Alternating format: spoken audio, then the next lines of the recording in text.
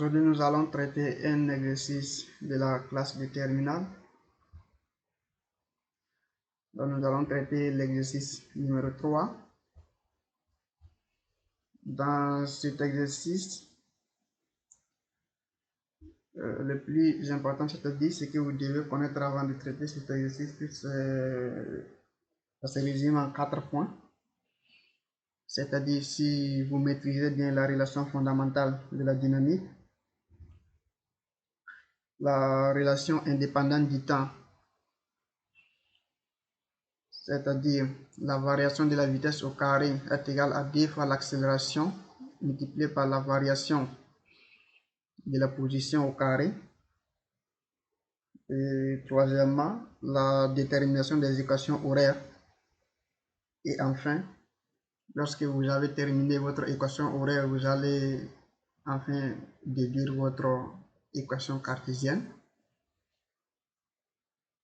Donc, on considère le schéma ci-dessous. Voici le schéma. La feuille est un peu sale. Il s'agit d'un élève qui me l'a envoyé et j'ai trouvé ça utile. Donc, j'ai essayé en même temps de faire ça en exercice. Je pense que ça pourrait aussi aider d'autres personnes. Donc, c'est le schéma comme ça. On dit une bille de masse M est égale à 500 grammes. Peut se déplacer sur un plan incliné d'un angle alpha est égal à 30 degrés avec l'horizontale. Le dispositif constitué d'une tige mini de deux bitées B et B', servant d'axe au ressort permet de propulser la bille. Vous pouvez mettre la vidéo en pause et puis prendre capture d'écran. Voilà. Donc, nécessaire pour de lire ça un peu parce que ça regroupe beaucoup de choses à comprendre. On dit un manipulateur tire sur la tige et comprime aussi le ressort de Reder K est égal à 650 Newton par mètre jusqu'à ce que son centre d'inertie se trouve en haut. Donc voici notre ressort, c'est-à-dire initialement notre ressort pouvait avoir une longueur L0 qui, c'est-à-dire du point A jusqu'au point O'. Ici c'est O', ici c'est O. Voilà, donc le manipulateur a fait de telle sorte qu'il a comprimé le ressort et le ressort se trouve à une longueur AO'.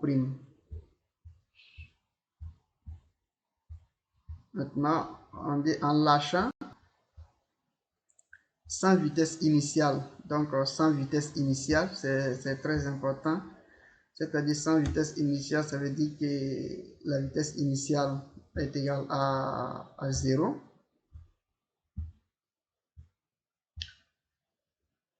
Donc, il libère le dispositif qui propulse la bille. Lorsque le centre d'inertie de la bille arrive en O', avec une vitesse V0 est égale à 1,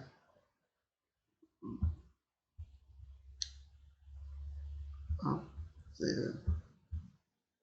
cette partie que je voulais souligner, c'est-à-dire en lâchant la bille sans vitesse initiale. Voilà. Ok. La bitée B bloque le mouvement du ressort et qui retrouve dans cette position sa longueur à vide L0 est égale à 17,5 cm et l'effort du frottement G est égal à 10 N par mètre carré. C'est-à-dire lorsque le manipulateur a comprimé la bille, il a laissé avec sans vitesse initiale et lorsque la bille est arrivée au point O', à partir du point O', notre ressort est bloqué ici, c'est-à-dire avec une longueur L0 est égale à 17,5 cm. Maintenant, petit 1, on nous demande de déterminer le raccourcissement x0 est égal à OO' du ressort. C'est-à-dire, nous avons besoin de déterminer cette distance. Alors, pour déterminer cette distance, nous avons besoin d'abord d'appliquer deux méthodes.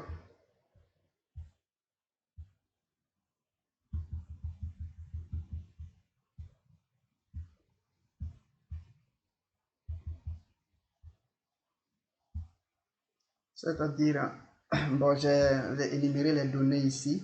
Voilà. Donc, la RDRK, j'ai son épicentre et la masse. Voilà, donc nous allons passer. Voici le schéma que j'ai essayé de montrer ici. Lorsque notre bille se trouve ici, la bille est soumise à son poids P qui est dirigé vers le bas verticalement. Et je ne sais pas s'il y a d'autres qui ont suivi, j'ai fait un exercice auparavant, vous pouvez essayer de regarder cet exercice aussi, ça se ressemble un peu. Voilà, donc à partir d'ici, lorsque le manipulateur a comprimé la bille, donc il y aura sa tension T qui va s'opposer, la tension T va s'opposer comme ça, et nous aurons notre poids P qui sera dirigé vers le bas. Et notre poids P, si nous essayons de tracer un repère, sera porté par notre réaction R, et l'autre axe qui sera perpendiculairement à notre l'axe des ordonnées que j'ai noté ici x' et puis y' et x'. Donc, nous aurons notre poids P aura deux composantes, c'est-à-dire P sinus alpha et P cosinus alpha.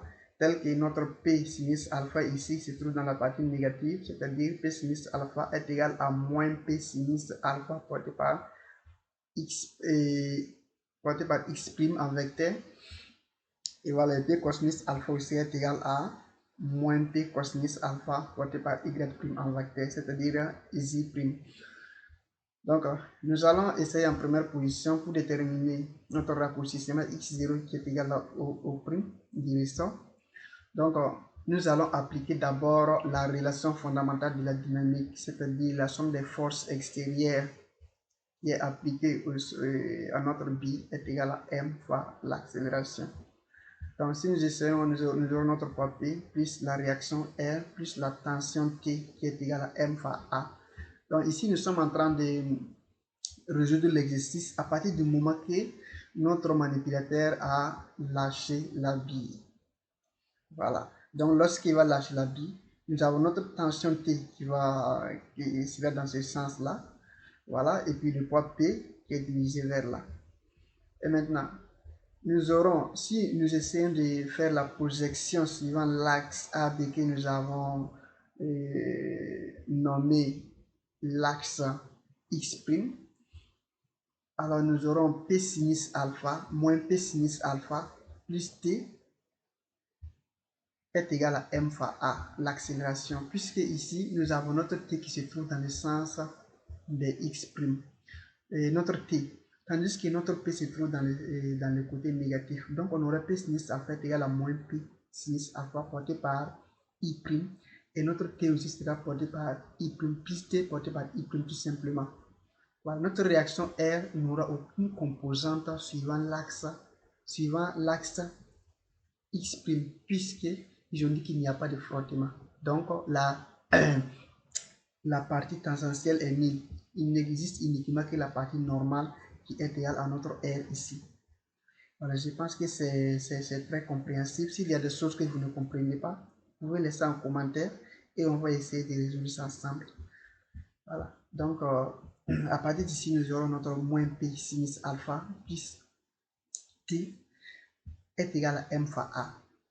Or, notre T est égal à, on sait bien que la force effectuée par les ressources n'est rien d'autre que sa raideur multipliée par l'allongement. Or, l'allongement, ça sera quoi? La longueur à vide moins la position que le ressort va prendre lorsqu'il sera comprimé. Donc, ce sera L0 moins L porté par I'. Donc, ça va nous donner ici K fois x0, puisque notre x0 représente ici notre allongement. Donc voici notre x0, c'est-à-dire c'est cette distance au'. Voilà. Donc si nous essayons ici, on aura moins mg sinus alpha, le poids P est égal à mg. Donc on aura moins mg sinus alpha plus kx0 est égal à m fois l'accélération. Donc nous allons essayer ici de tirer notre accélération. Donc l'accélération est égale à moins mg sinus alpha plus kx0 divisé par m. Donc si nous essayons de séparer les variables, les deux valeurs, on aura moins g sinus alpha plus kx0 divisé par m. Donc nous avons ici notre accélération qui est égale à ça. Donc nous allons maintenant essayer d'appliquer la relation indépendante du temps, c'est-à-dire la variation de la vitesse au carré est égale à dA multiplié par la variation de L. Or, la variation de L n'est rien d'autre que notre allongement, c'est-à-dire l'allongement des ressorts. Ça sera maintenant dAx0. Voilà, c'est-à-dire la variation de x est égale à x0. Donc, ici, nous aurons quoi? La variation de la vitesse, ça sera la vitesse au point O', qui sera VO', moins la vitesse au point O. Or, on nous a dit que la vitesse au point O' est égale à 1,5 mètres par seconde. On nous a dit aussi que le manipulateur a laissé la bille sans vitesse initiale, c'est-à-dire la vitesse au point O est égale à 0. Donc, si nous allons essayer d'appliquer cette relation, donc on aura VO' au carré moins V0 au carré est égal à dx0 en facteur de moins g sinus alpha plus kx0 m. Donc, nous avons remplacé uniquement la valeur de notre A. Or, V0 est égal à 0 mètres par seconde, comme je viens de le dire dessus, car le solide est lâché sans vitesse initiale. Donc, notre vitesse V0 est égal à 0. Donc, on aura V0' divisé par D. Si nous essayons de multiplier le D ici au dénominateur, on aura V0' sur D est égal à moins Gx0 sinus alpha plus Kx0 sur M.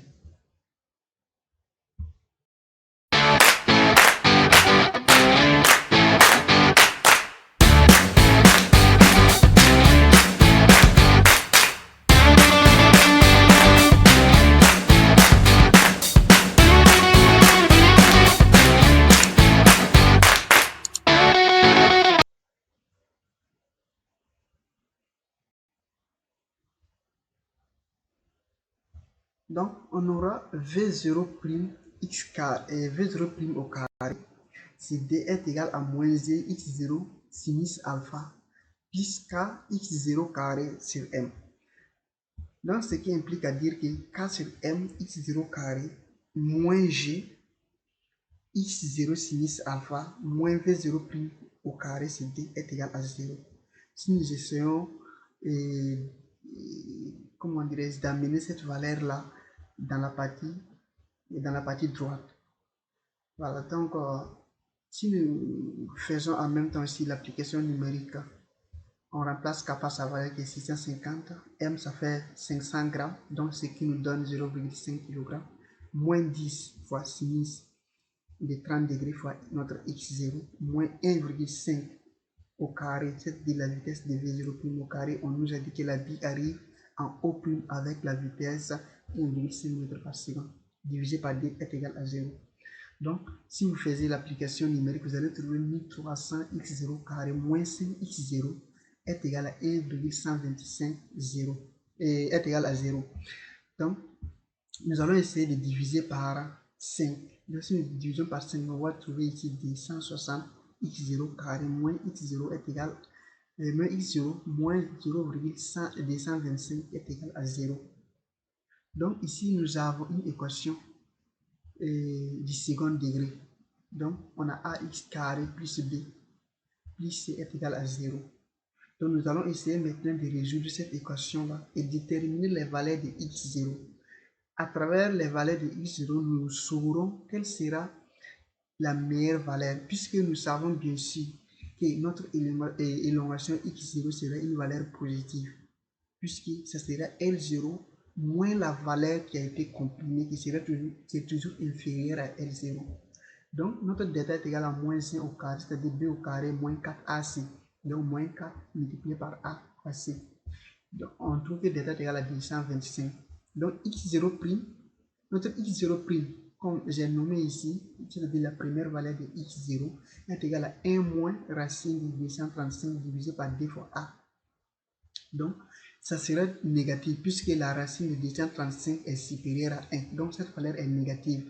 Donc, on sait bien que x0 sera différent de x0' du fait que cette valeur est négative. Donc, cette valeur est à rejeter.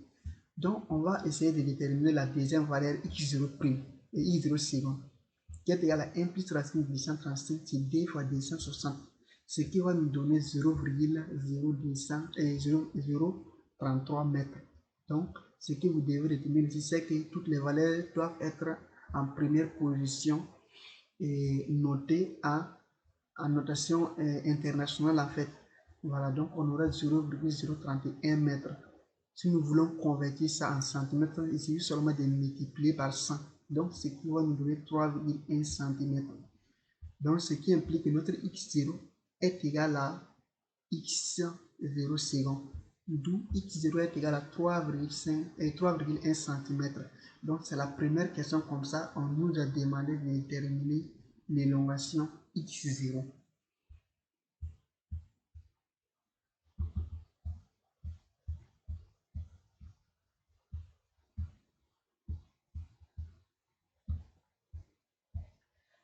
Maintenant, en deuxième question, on dit de calculer la longueur L est égale à O'B parcourue par la bille pour qu'elle parvienne au point B avec une vitesse VB est égale à 1 mètre par seconde. Donc ici, nous connaissons la valeur de la vitesse au point B ici. Et nous connaissons aussi la vitesse au prime. Donc ce qui est à retenir ici, c'est que notre point B qui se trouve ici, et le B qui se trouve ici n'est pas le point B, mais c'est ce qu'ils ont bien dit ici. On dit quoi ici? On dit le buté B. Oui, oui. Donc nous avons ici, c'est pas le point B. Donc il faut faire attention pour ne pas confondre ce point-là avec ce point.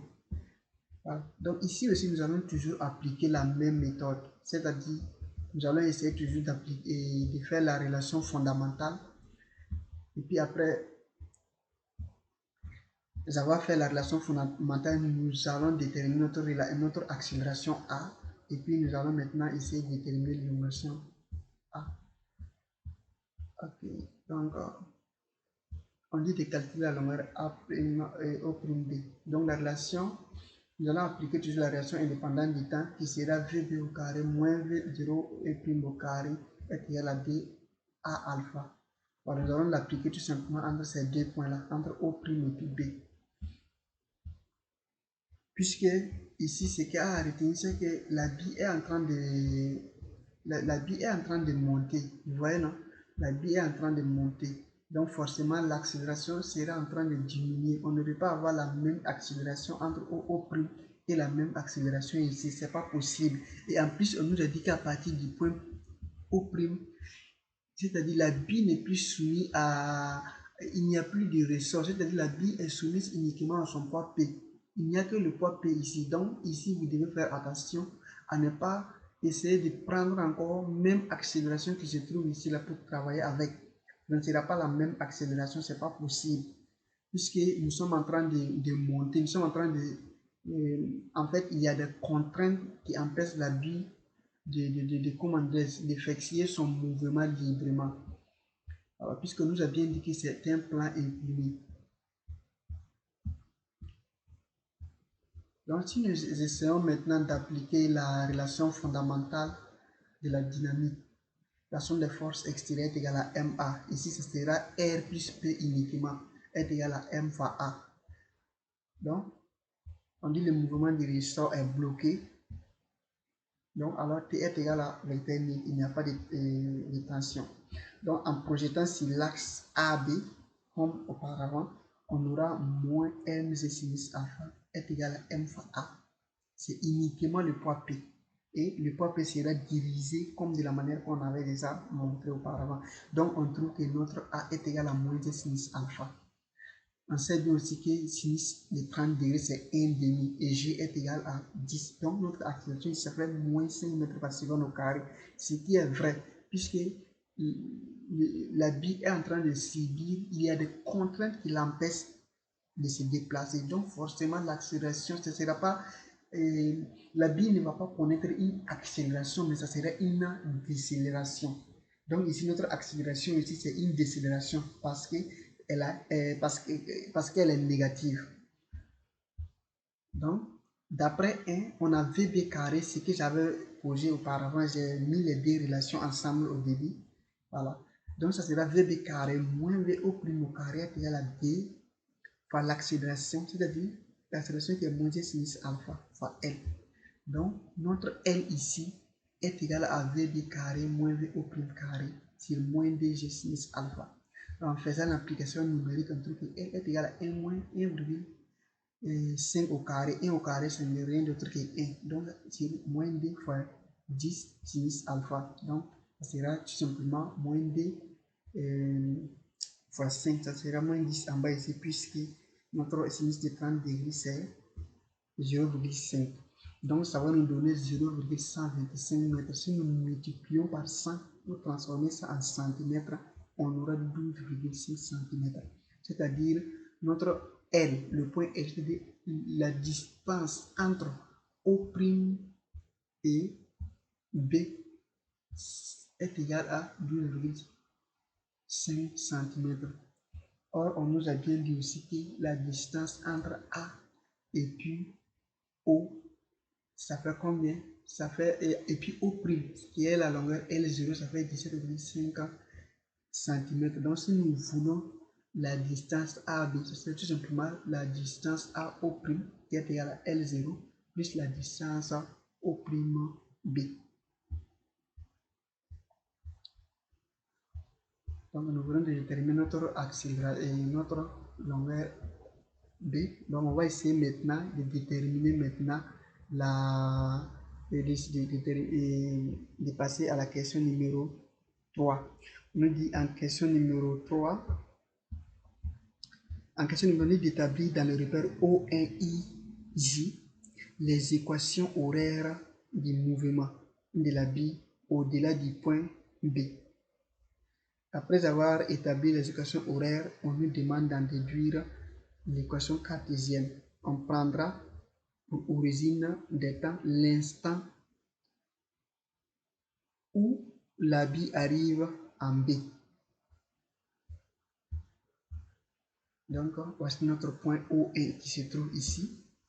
On va essayer de zoomer un peu, puisque la figure n'est pas totalement bonne. Donc, voici notre O1 ici. Donc, c'est ce point O1 là que nous allons prendre comme origine pour travailler. Voilà, c'est-à-dire au point B. Bon, on sait bien que le point B est abscisse, même chose que O1 qui est 0 si nous prenons ici comme origine des repères. Donc, nous allons passer au niveau de la réponse. Donc, je vous rappelle encore, si vous avez des questions, s'il y a des choses que vous ne comprenez pas, laissez ça en commentaire et on va essayer de résoudre ça ensemble. Voilà. Donc, je vais laisser aussi mon numéro, celui qui a besoin aussi d'intégrer mon groupe WhatsApp aussi. Il y a des cours d'assistance que j'ai fait, celui qui a besoin aussi peut me contacter.